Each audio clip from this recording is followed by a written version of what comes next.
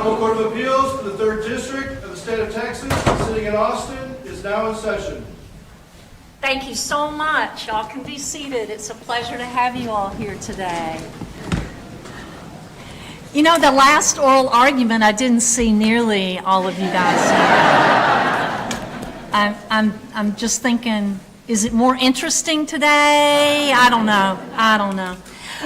Just so you know, we are, for your family and friends, we are actually recording today on YouTube. So if you want to share with Grandma, Grandpa, just send it on. And if any of you guys want to be in the camera's right in the middle of the room. So just rush to the middle. Hi, Mom, that kind of thing. It's all going to work. We're singing in the Super Bowl. We might as well have it today as well. Justices Triana, Theophanis, and I welcome you to the Third Court of Appeals for the investitures of our two newest justices, Justice Karen Crump and Justice Maggie Ellis. Although Justice Kelly is not able to join us today, she sends her very best to her new colleagues and expresses her desires to work with you for the next several years. So we're looking forward to working together. We welcome all of you, family, friends, supporters, colleagues, Third Court of Appeals staff, the Austin Bar Association staff, and attorneys to this celebration. In preparation for today, I could not ignore the fact that this celebration is being held on January 6th. On this day in our recent history, the core of our democracy was challenged greatly, yet we still stand. The rule of law still stands, and those of you, many of you in this room, make that happen. And on your shoulders lies the very heavy burden of ensuring our system of justice continues to stand as an independent branch of government, providing checks and balances to our other branches of government, while at the same time protecting our laws and Constitution. I am also visually reminded of how far we've come in our legal system since 1960, the great year that I was born. In 1959, Ruth Bader Ginsburg was graduating from law school. She later said, "When I graduated from law school in 1959, there wasn't a single woman on the federal bench. It wouldn't be a realistic ambition for a woman to want to become a federal judge. It wasn't realistic until Jimmy Carter became president."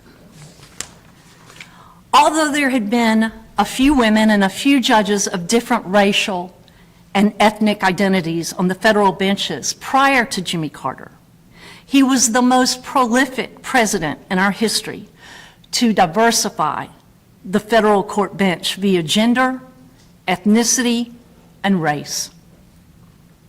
One of his appointments, as you know, was RBG to the federal bench in D.C. in 1980, which paved the way for her later to be appointed as a U.S. Supreme Court Justice by President Clinton.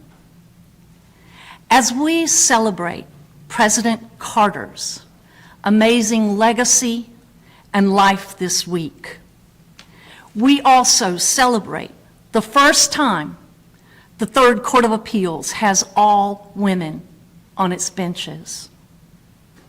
Our history has included all male justices on its benches from its inception in 1892 all the way to 1986, 94 years. When Marilyn Abusi from San Angelo was appointed to the Third Court of Appeals as its first woman justice, And later in 1998, she was elected as its first woman Chief Justice. I am the second. Since her time, the court has had a mix of genders on its benches, and no doubt, sometime in the future, we will return to that mix of genders on the bench. But for now, for this day has come, and an array of hardworking, knowledgeable, and duty-minded women justices are here to serve you. And we are so honored to do that. Thank you very much for the opportunity and privilege. I am now tasked with introducing our many, many dignitaries, and I'm a little nervous, like way nervous. Everything else was easy, but yes, very, very nervous. I do note in the room we have our Chief Justice, Wallace Jefferson. It's a pleasure to see you, sir. It's a pleasure. We also have a prior Chief Justice, Woody Jones, on this bench. Thank you, Justice Jones. And now I'm just going to wing it. So here we go, and if I miss somebody, I am so sorry. And if I do miss somebody and somebody's standing beside that somebody, just yell out. You know, don't be embarrassed. We're among friends here. We've got my presiding judge. When I was on the trial court for 20 years, we had Judge Laura Livingston here today. Thank you, Laura. Okay, we had Judge Amy Clark Meacham, the now presiding judge. We have Judge Cliff Brown with the district court. We had Judge Elizabeth Earle. We have State Bar President Steve Benish. We had Judge Marianne Espiritu. And I don't know if you know, we have an incredible dignitary here today, winning one of the biggest honors in the United States as a judge, the William Rehnquist Award winner, Judge Julie Kasurik.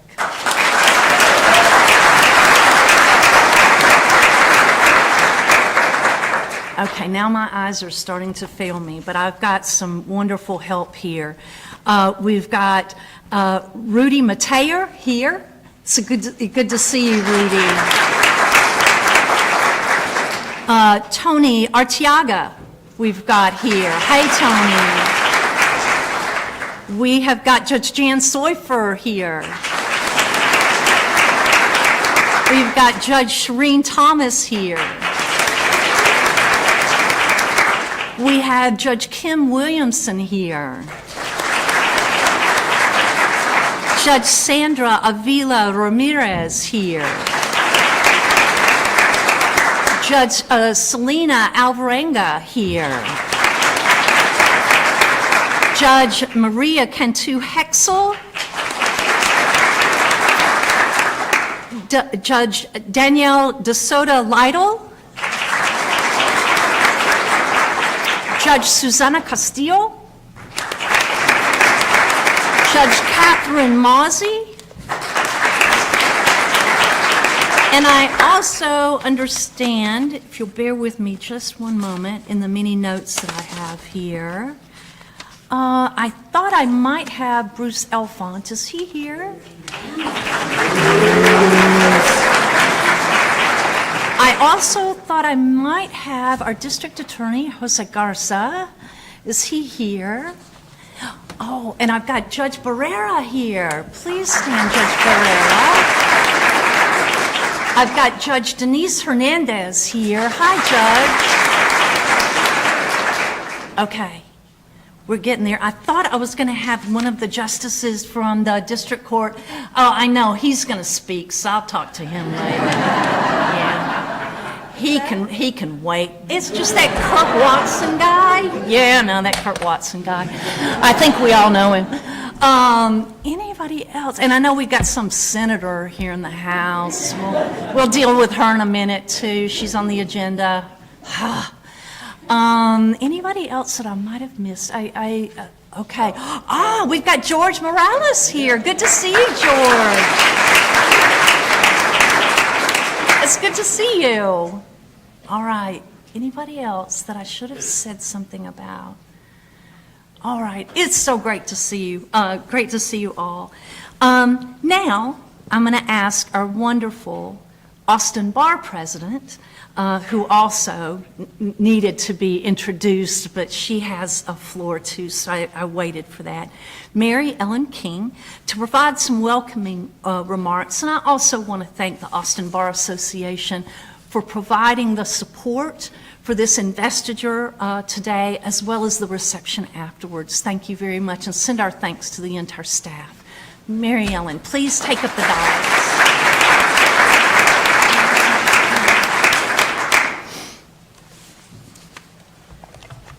Thank you all for coming out today as we honor the two new justices who will join the Third Court of Appeals.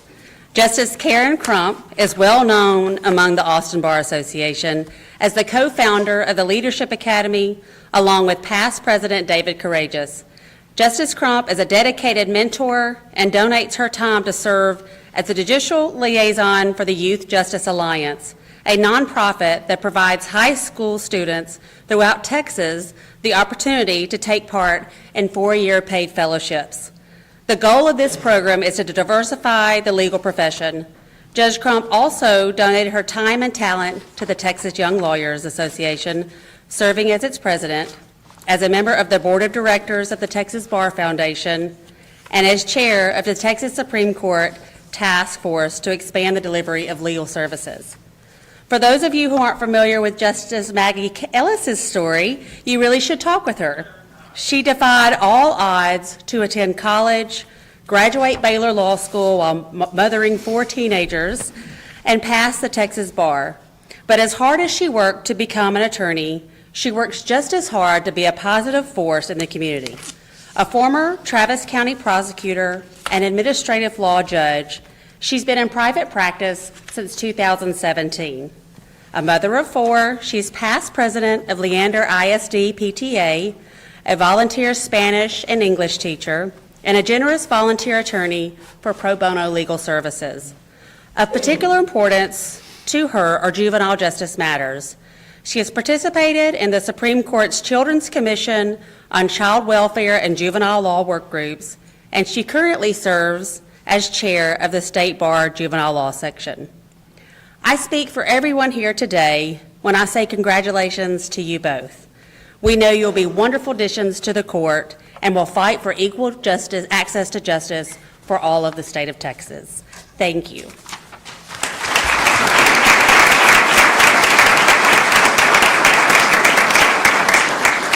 Thank you, Mary Ellen. And now we'll turn the floor over to that little-known Mayor, Kirk Watson. He's going to say a few words for Karen Crump today.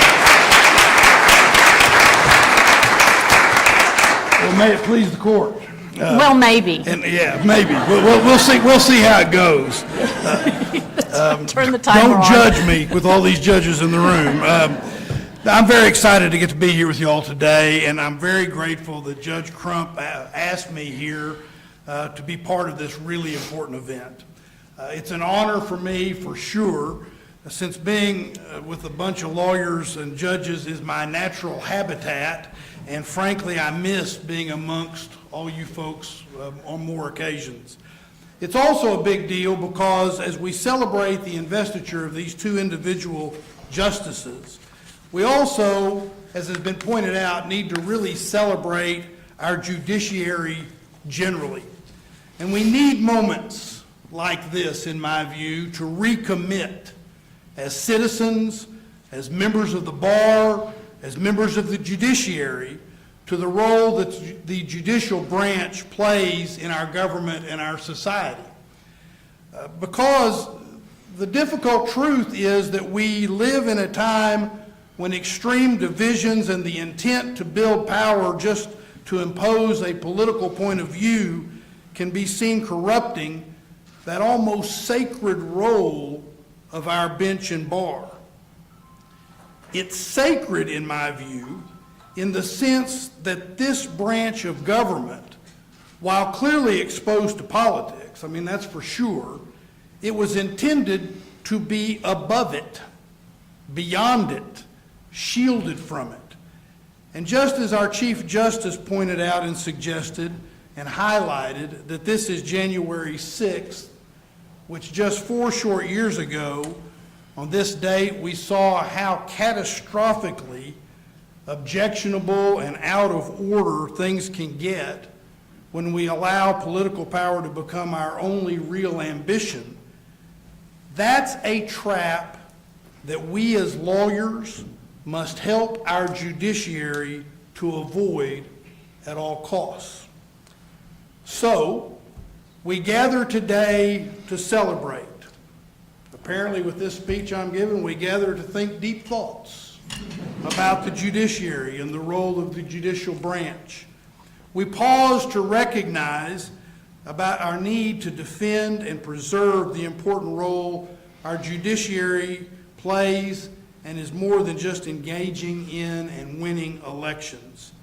It's assuring the protections that the judiciary is here to provide. And while I'm not going to stand up here and quote Marbury versus Madison, I will say, importantly, we gather to invest these two people, and I have been asked to say a few words on behalf of Judge Karen Crump. We invest them with the mantle and the title of justice. Judge Crump is someone who we can celebrate not only for who she is, but how she will play that needed role in our judiciary and in the pursuit of that justice. Her Honor has served as the presiding judge of the 250th District Court here in Travis County for 10 years. And that doesn't seem possible to me because it seems like only yesterday. Prior to that, she practiced law in Austin and Dallas, handling cases across the gamut, civil, family, and criminal. She was a good lawyer and a good trial judge. She brought esteem to the judiciary. And I want to highlight that. However, I also want to highlight her role as a defender of our system beyond the typical. That role was important when she started. It's been important throughout her career, and as I've noted, I think it's more important now because of the time that we live in. Justice Crump is a passionate advocate of what we hold important as lawyers and judges and as people relying upon our judiciary. An advocate the public needs to lift up our judicial branch. An example of what we want, especially in these times. Right now, she serves on the board of editors for The Advocate, a quarterly publication of the State Bar of Texas litigation section, and the Council of the Computer and Technology section. She's been president of the Texas Association of District Judges, chair of the Supreme Court's task force to expand legal services delivery, and president, as has been pointed out, president of the Young Lawyers Association, among other things. Justice Crump has also been an active member of various boards, including the judicial section of the State Bar of Texas, has been pointed out, the Texas Bar Foundation, and the Texas Bar Journal Board of Editors. Justice Crump's dedication to education and mentorship has been noted and extends to her role as a faculty member of the State Bar of Texas Advancing Continuing Legal Education programs. She's received numerous accolades for her contributions to the legal community, including the Judge Sam Williams Award for her work in jury trials and judicial education during the pandemic, the Austin Young Lawyers Association Outstanding Mentor of the Year Award, the Distinguished Young Alumnus Award from St. Mary's University School of Law, and the Outstanding Young Lawyer of Dallas. That's in North Austin. She's committed to protecting the future of our bar and judicial branch by fostering future legal understanding and leadership. It's been pointed out that Justice Crump co-founded the Austin Bar Association's Leadership Academy, which serves as the judicial liaison for the Youth Justice Alliance, which mentors first-generation law students. I've had the privilege and pleasure to be around Judge Crump and to know her for a long time now. I've admired her that whole time, from the first time we met. I'm personally proud of her achievement and for the part she plays in service to our community and our people. She makes us all proud, and at this pivotal time, we need her. God bless you, and God bless the citizens that put you in this important role. Thank you, Justice Crump.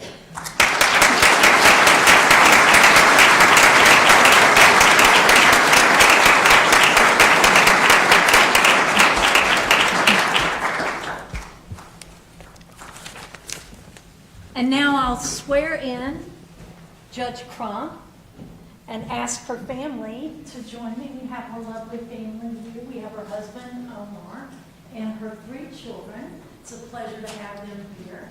And Omar will be providing her with the robe once she is sworn. We've got family members. Come on. Come on.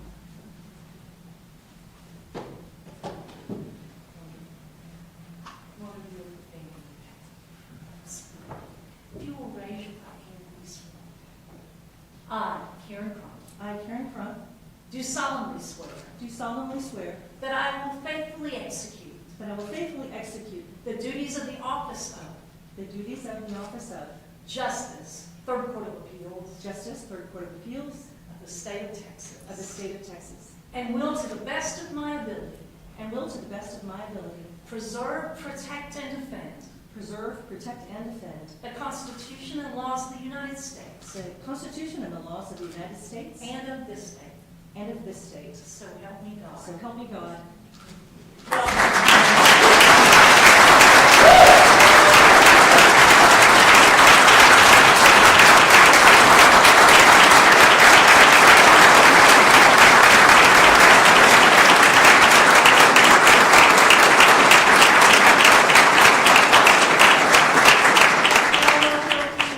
Justice Crump.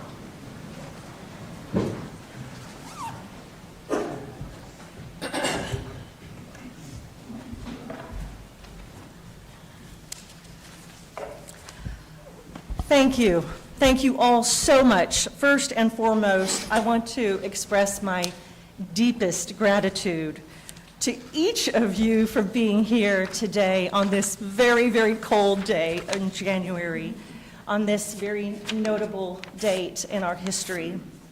Your presence here today means the world to me. Thank you. To the Austin Bar Association for hosting not just one, but 2 events on my behalf in the last 30 days. Thank you so much. And for all of you who are here attending something in my honor twice in 30 days, thank you, thank you, thank you.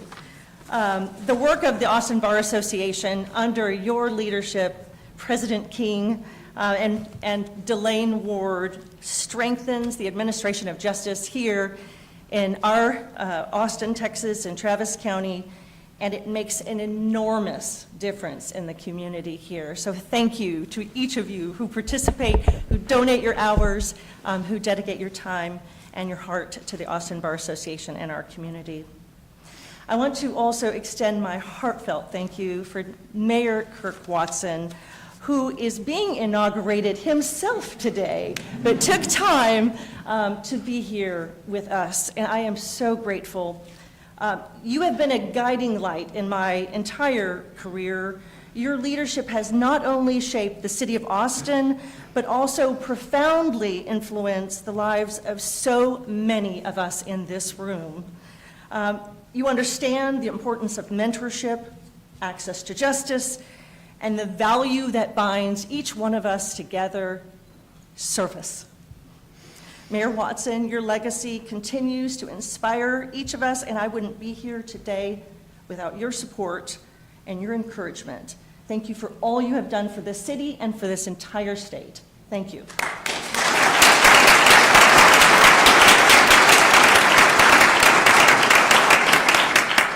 I also want to take a moment to acknowledge and express my sincere appreciation to my predecessor, Thomas Baker, for his service during the last 6 years. His contributions to the court, I know, are very valued, and I thank him for his service.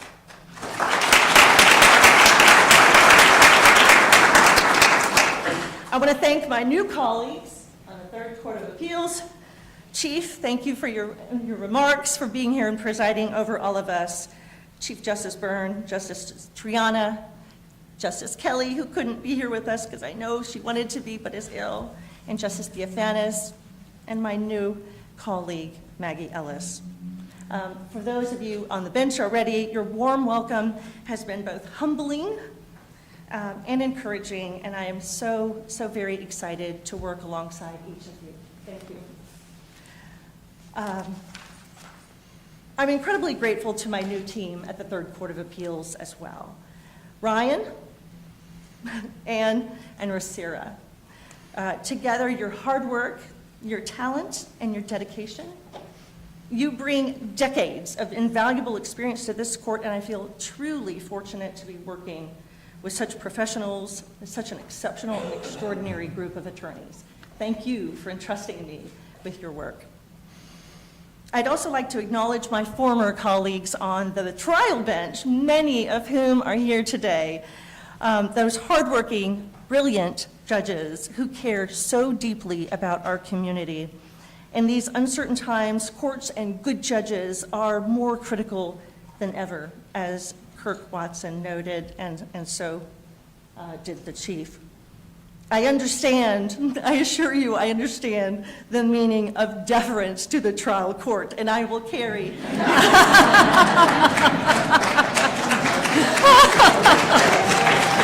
It's true. And I will carry that respect with me in this new role.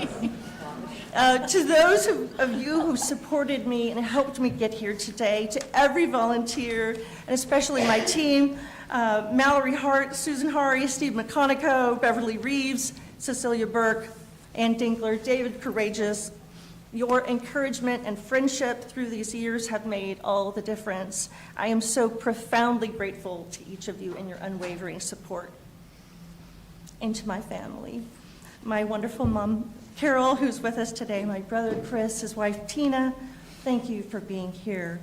Mom, you gave me the gift of optimism, and I would not be here without you. I want to honor the memory of my father, who has passed, but who taught me the importance of public service and hard work. To my in-laws, Pam and Ziad, thank you for your incredible support and encouragement, and for raising such an incredible man. To my dear childhood friends, Allison and Laura, I know Allison's here in spirit, Laura who traveled here from San Antonio with her beautiful family, our 40-year friendship means the world to me. Each of you should have friends that last you 40 years, and you'll travel for all of these important life events. Thank you for your loyalty and your love. And to my children, my incredibly talented firstborn, Isabella, an actor, writer, director who literally flew all night long. She got a Priceline deal and literally had 3 stops from arriving at 5 a.m., even though she left at like 9 p.m. LA. So that tells you a lot of fun. And my amazing sons, Brady and Tyler, who are funny, Mandarin speaking, tennis playing, coding, machine building, wonderful people who have chosen to spend their last day of winter holiday with us. I am so, and I'm so proud. I am so proud to be your mother. Thank you so much for being the wonderful people who you are. And finally, to my incredible husband, Omar, my true love, my support system for nearly 30 years. I met him on New Year's Day in 1997 in my last semester of law school. So he went through finals with me, graduation, the bar exam, 3 children, and are you ready? 6 campaigns. Yep, I'm counting the one I lost and the 2 LA president race. Serving as a trial judge was an experience I will always treasure and cherish. I am so thrilled to continue my service on the appellate bench It is a profound honor and privilege to serve on the Third Court of Appeals. I'm looking out to Chief Justice Wallace Jefferson, who actually swore me in as president of TULA many, many years ago, more than probably either of us want to recall. But to serve here in the Third Court of Appeals, just steps away from the Capitol, where my journey as a public service began in 1991 as a messenger for the Sergeant at Arms office in the House of Representatives, and later as a legislative assistant. The significance of this role is not lost on me. I am deeply aware of the responsibility that comes with this position, and I am committed to upholding justice, fairness, and integrity, the very foundation of our legal system. Before I close, I want to acknowledge the wonderful Judge Julie Kasurik. You weren't there at the portrait ceremony, but all of the judges in the room will always think of you and respect the courage that you showed all of us at the most challenging time. Judge Kasurik, shot in her driveway, did not give up. She did not go back home. She did not retire. She did not quit.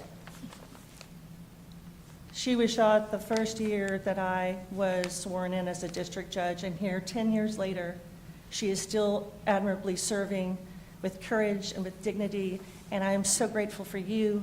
Because of you, we all get up, and despite threats to the judicial branch, we continue our work, our very, very important work, and I thank you, Judge Kasurik. Please.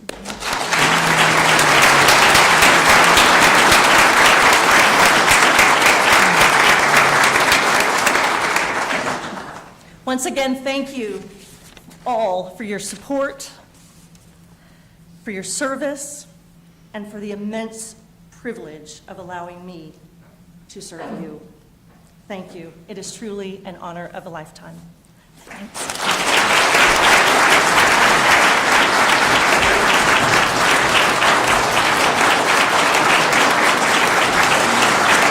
Justice Crump. Justice Crump, if you would take your seat at the dais.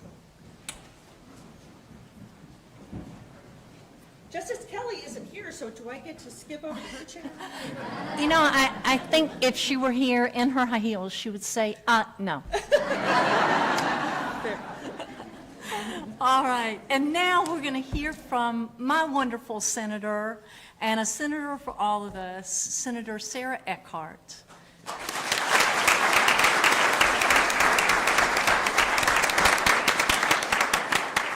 Thank you all for being here on a cold day, but in this very, very warm and lovely room. I've just come from the state capitol where it's always cold, apparently. It's my honor to be here at this investiture of our two newest women jurists on the Third Court of Appeals in a room full of friends, people I have grown up with as a lawyer. I cannot tell you how delightful it is to be with all of you. People who I went to law school with and the LBJ school with, people who I served at the county attorney's office with. Oh my God, I'm looking at you. And I'm sorry I missed you at the Mohawk the other night with your son. How were you there? It is so delightful to be among these friends who believe so ardently in the rule of law applied without bias, and that there is no one above the law, but perhaps more importantly, there's no one below it. We are very, very lucky to have these jurists on this bench and to have Maggie Ellis joining them on this bench. I have known Justice Ellis for years through her tireless work as a legal advocate for families and for children, as a CPS prosecutor, later as a private attorney. and through her service on boards and commissions examining the impact of our legal system on families and children. I've also known her to be a compassionate and enthusiastic member of our community, not only providing free legal services, but also rolling up her sleeves to serve as PTA president, registering voters, serving meals to the needy. Her energy and encouragement as she engages with people, especially people most impacted or ignored by our legal system, seems boundless. Campaigning for place 2 in hiking boots and comfortable jeans, it seemed she would knock on every single door in the 24 counties. And that is the kind of energy that makes the difference in a squeaker of an election like this one. That's also the kind of compassion and energy and dedication so necessary in this time, as my esteemed colleague Kirk Watson mentioned, where our anchor institutions, our building blocks of democracy are being tested, where trust in our courts is being undermined, where the regular folk, and God bless them, thank the Lord, most people never walk into a courtroom, much less a court of appeals. Most Texans have no idea what goes on in this room. We must go out to them and let them know what we do here. Justice Ellis is doing that, and has done that, and will continue to do that. I love my judicial family and my lawyer family, and I exhort you to do as our new Justice Ellis has done, and go out to the folks and tell them what we do, so that they will join us in protecting this essential building block of democracy that is truly vulnerable right now. I come as an emissary from over there.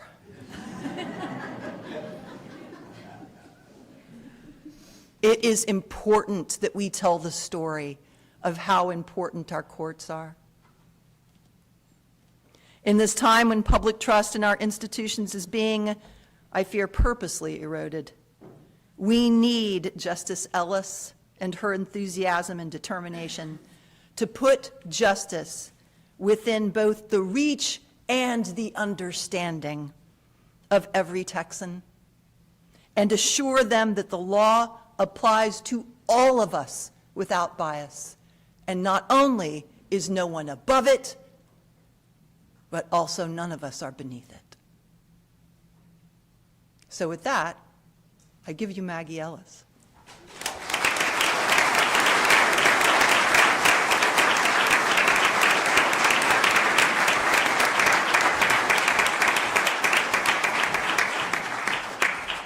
And Maggie, if you'll join me up here in the front, along with Vic and your lovely children, Jack and Hannah Jane.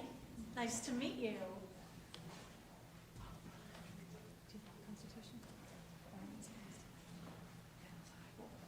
Constitution? Oh, we're on the Constitution. Do y'all know this little book? I think, Senator, could you take it over there? Many copies, many copies. All right. Justice Ellis, if you'll raise your right hand.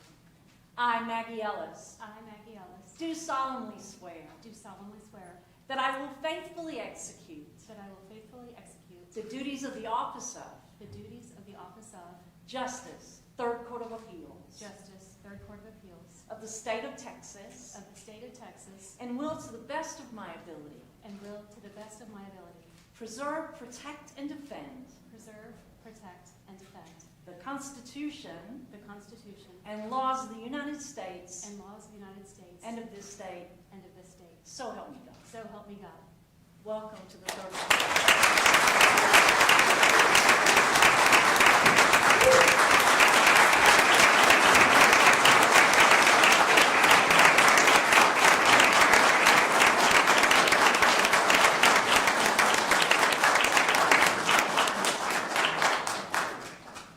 And now I give you our Justice Ellis. If you will bear with me for this was not part of my speech, but a quick moment of personal privilege. This is amazing. I just want a selfie of you.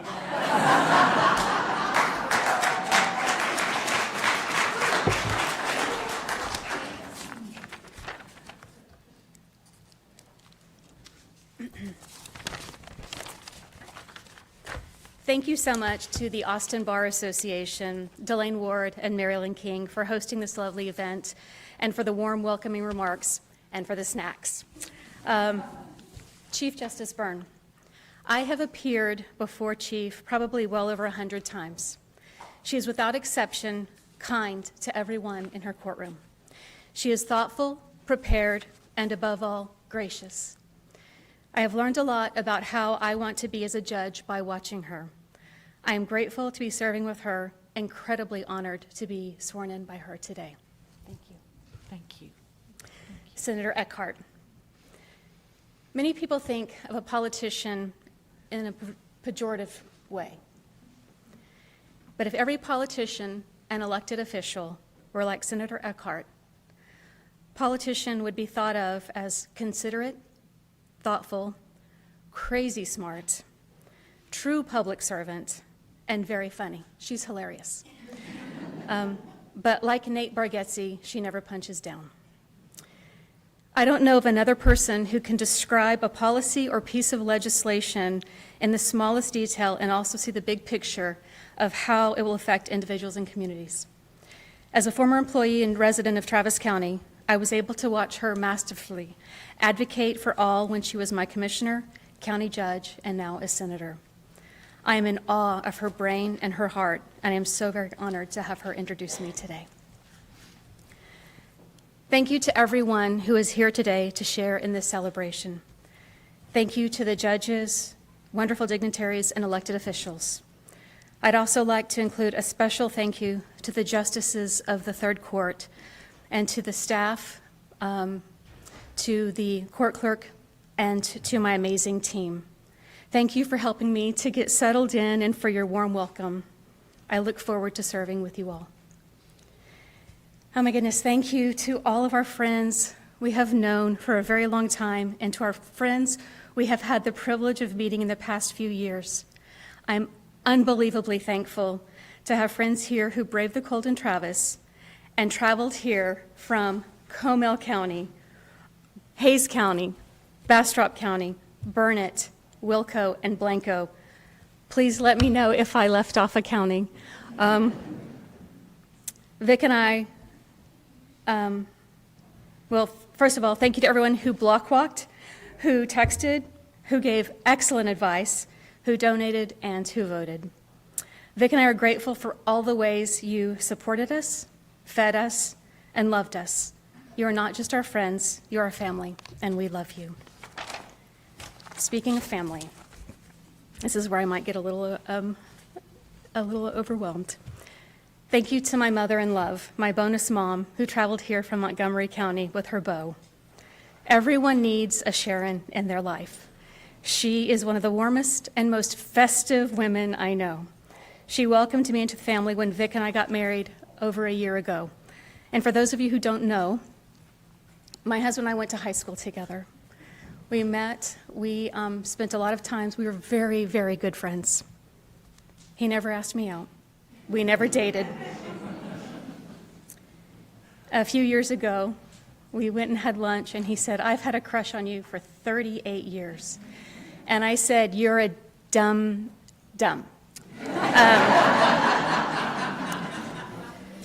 You should have asked me out 38 years ago."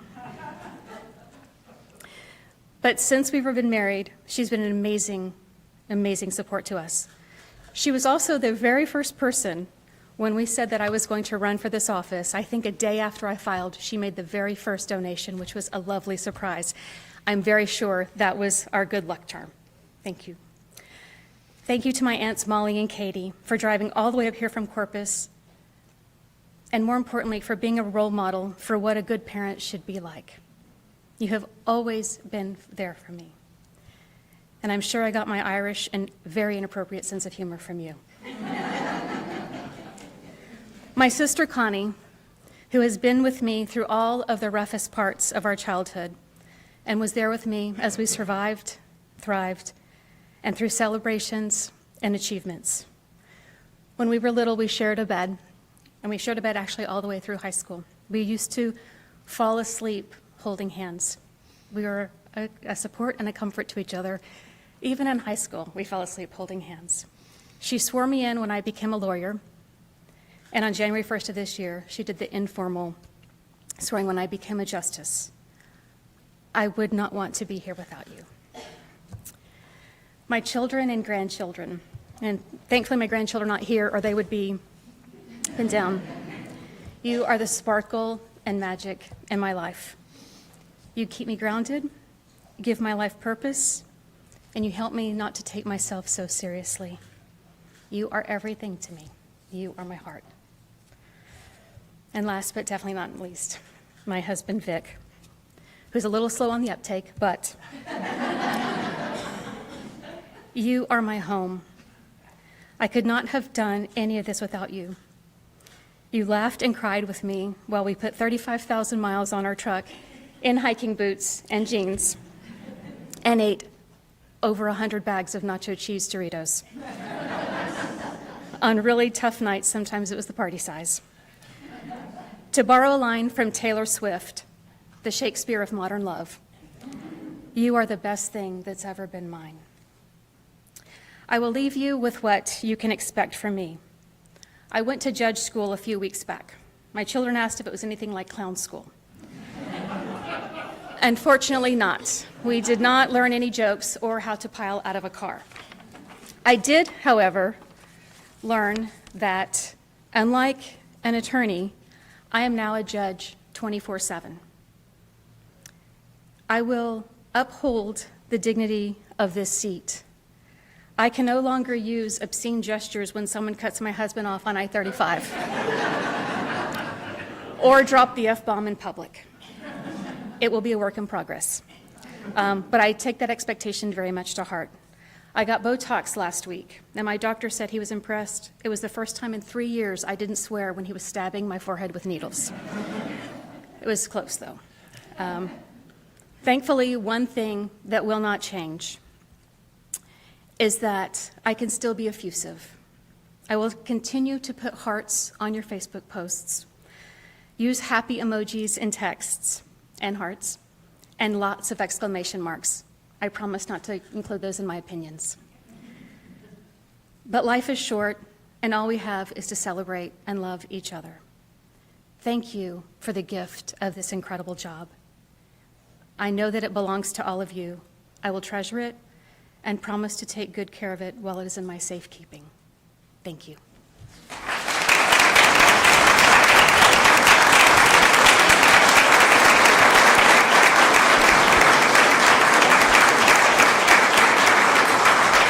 Justice Ellis.